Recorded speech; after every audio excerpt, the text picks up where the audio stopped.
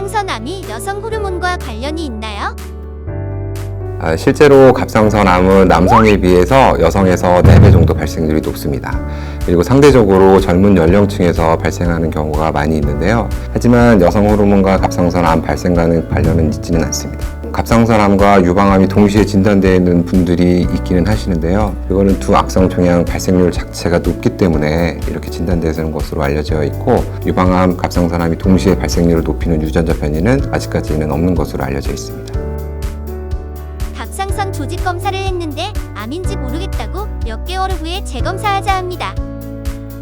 갑상선 암 중에는 세포 모양만 가지고 암으로 진단을 내리기 어려운 종류의 악성 종양이 있기는 합니다. 이런 경우에는 중심침 생검이나 조직검사 방법을 6개월이나 1년에 한 번씩 반복적으로 시행을 하면서 검사를 하는 것이 원칙이고, 우리가 조직검사 결과에서도 암으로 진단 내리기 어려운 종류의 악성 종양이 있기 때문에 그런 경우엔 수술 후 악성 종양으로 진단될 가능성이 몇 %인지 수술이 필요할 수도 있습니다. 수술을 통해서 악성 종양과 정상 갑상선 조직 전체를 다 제거해야 암과 정상 조직이 어떻게 구조를 맺혀 있는지 보고 암인지 아닌지 구분을 할 수가 있습니다. CT 검사에서 정상이었는데 얼마 후에 초음파 검사에서 갑상선암으로 진단되었어요. CT에서 보이는 갑상선의 혹은 크기나 모양 정도만 유추를 해볼 수가 있고요. 혹의 악성화 정도 등등의 성질을 파악하기 위해선 초음파 검사를 시행하기는 해야 됩니다. 갑상선 수술 전에 CT 검사를 하는 이유는 혹시나 목 근처에 임파선 전이가 있는지 없는지, 신경 구조물이 잘 있는지 등을 확인하기 위해서 CT 검사를 추가적으로 진행을 하게 됩니다. 갑상선암이 한쪽에만 있고 크기도 작은데 암이 있는 곳만 절제하면 안 되나요? 갑상선 같은 경우에는 우리 단위 면적당 공급되는 혈액량이 대단히 많습니다. 갑상선 암과 관련되어 있는 혹만 제거를 할 경우 수술 후 출혈의 위험성이 높아지게 됩니다. 그리고 악성 종양의 재발을 억제하기 위해서는 한쪽 갑상선 또는 전체 갑상선 제거가 필요한 상황이 될 수도 있습니다.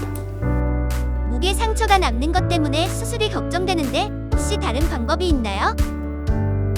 지금은 목에 절개창을 넣지 않고 수술을 하는 방법인 내시경적 수술 방법과 로봇을 이용한 갑상선 절제술이 도입이 되었습니다. 우리나라에서 갑상선 로봇 수술이 시행된 역사는 약 20년 정도 되기는 합니다. 그만큼 오랜 역사를 가지고 있고 데이터 충분하게 축적이 되어 있는 상태라서 종양학적으로 완벽하게 악성 종양을 절제를 할 수가 있고, 합병증도 그렇게 크지 않는 것으로 되어 있긴 합니다. 보험 적용이 되지 않기 때문에 수술비가 상당히 높을 수도 있습니다. 하지만 수술 후 미용적으로도 굉장히 우수하기도 하고 목에 상처를 남기지 않는다고 하는 장점이 있을 수 있습니다. 갑상선 암 수술하고 나서 해조류는 안 먹는 게 좋나요? 해조류에는 갑상선 호르몬의 원료가 되는 요오드가 풍부하게 있습니다. 아직까지는 과학적으로 요오드 섭취와 갑상선암 발생의 관계가 입증되어진 것은 아직까지는 없기는 합니다. 그래서 수술 후에도 해조류가 많이 있는 음식에 대해서 섭취를 제한하실 필요는 전혀 없으시고 이것저것 골고루 잘 드시는 것이 중요합니다. 갑상선암은 우리나라에서 발생률이 가장 높은 암입니다. 대부분의 경우에는 수술만으로도 거의 완치가 가능할 정도로 예후는 좋기는 합니다.